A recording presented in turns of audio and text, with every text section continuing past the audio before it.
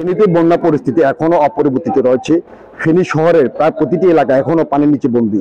আমি এই মুহূর্তে আছি ফেনী শহরের শহীদুল্লাহ কাছের সড়কে। এই সড়কে এখনো কোথাও কোমর পানি, কোথাও গলা পর্যন্ত পানি।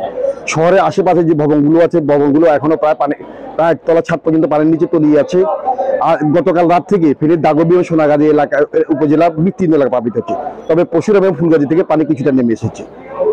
ঢাকা চট্টগ্রাম মহাসড়কে ফেনীর ফাজিলপুর থেকে ফেনীর লালপুল থেকে চট্টগ্রাম বারিহাট পর্যন্ত এখনো পানি রয়েছে। এই মহাসড়কে এখনো যান চলাচল বন্ধ রয়েছে। এবং ফেনী সদরের লেমুয়া ব্রিজ যে কোনো এখন ঝুঁকিপূর্ণ অবস্থা রয়েছে। যে কোনো মুহূর্তে লেমুয়া ব্রিজে যে কোনো বড় ধরনের দুর্ঘটনা করতে পারে বলে জানা গেছে। তো ফেনী শহরে বিরাজ করছে খাদ্য এবং বিশুদ্ধ পানির জন্য হাহাকার। শহরে প্রায় প্রতিটি এলাকা থেকে খবর আসছে তাদের ওখানে খাদ্য নেই, পানি নেই। শহরের বাসিন্দারা এবং ফেনী জেলার প্রত্যেকটা বাসিন্দারা জানাচ্ছে তারা বাঁচতে চায়, এবং যারা পানিবন্দী রয়েছে তারা এখন অবশ্য পানিবন্দী থেকে রেহাই পাচ্ছে না। স্বেচ্ছাসেবক সংগঠনে অনেকগুলো সংগঠন এখনো কাজ করছে, সেনাবাহিনী নৌবাহিনী কাজ করছে, কিন্তু তা পর্যন্ত অপ্রুত।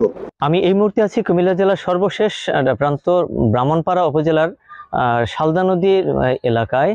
আমার পেছনে যে নদীটি দেখতে পাচ্ছেন এটি হচ্ছে দুই জেলাকে বিভক্ত করে। আমার ওই পাশে হচ্ছে ব্রাহ্মণবাড়িয়া, এই পাশে হচ্ছে কুমিল্লা জেলার ব্রাহ্মণপাড়া।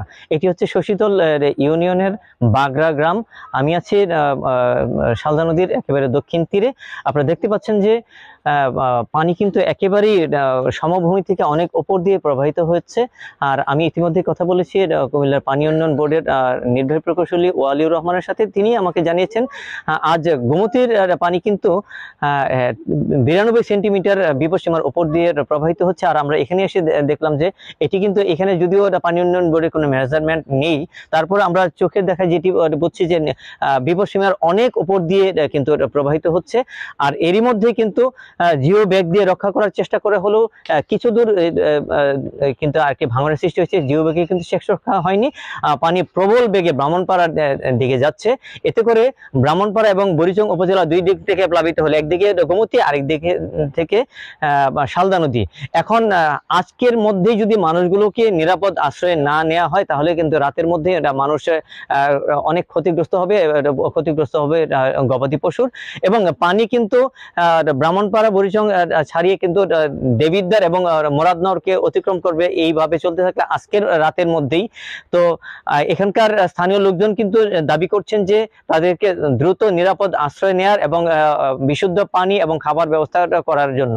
নোয়াখালীর 8টি উপজেলায় যে ভয়াবহ বন্যা পরিস্থিতি ছিল সেটির আসলে যে 7টি উপজেলা রয়েছে সেটিতে কিছুটা পরিবর্তন হয়েছে।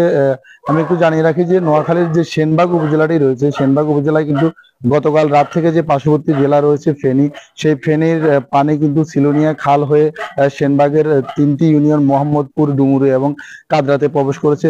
তো ওখানকার যে স্বাভাবিক পানি ছিল সেটি কিন্তু এখন প্রায় 5 থেকে 6 ফুট উচ্চতায় ওই 3টি ইউনিয়ন প্লাবিত হয়েছে বলে আমাদেরকে ওখানকার যে উপজেলা নির্বাহী কর্মকর্তা তিনি আমাদেরকে জানিয়েছেন যে ওই 3 ইউনিয়নের লোকজনকে নিরাপদ আশ্রয়ে সরে যাওয়ার জন্য মাইকিং সহ প্রয়োজনীয় ব্যবস্থা গ্রহণ করেছেন। এছাড়া ওখানকার যে লোকজন ওই 3 ইউনিয়ন থেকে আশ্রয় কেন্দ্রে আসছেন তাদের আসলে আজকে দুপুরবেলা সহ তাদের যে খাওয়া দাওয়া সেই ব্যবস্থা করেছেন। আর জানিয়ে রাখি যে বাকি যে 7টি উপজেলা রয়েছে এই 7টি উপজেলার বিভিন্ন এলাকায় আমরা কথা বলেছি, তারা জানিয়েছেন যে কিছু কিছু এলাকা থেকে কিন্তু 4 থেকে 5 ইঞ্চি করে পানি নেমে যাচ্ছে। এবং আমাদের জেলা শহর মাইজদির যে প্রধান সড়কে জলাবদ্ধতা ছিল সেটিও কিন্তু অনেকটা উন্নতি হয়েছে। তো আসলে সকাল থেকে কিন্তু নোয়াখালীতে রৌদ্রোজ্জ্বল পরিবেশ বিরাজ করছে এবং এখনো পর্যন্ত কোথাও আমরা বৃষ্টির কোনো খবর পাইনি। তো আসলে স্থানীয় লোকজন যেটি বলছেন যে যদি ভারী বর্ষণ না হয় আর যদি বন্যার পানি খুব দ্রুত সময়ের মধ্যে নেমে যায় তাহলে নোয়াখালীর বন্যা পরিস্থিতির অনেকটাই উন্নতি হবে।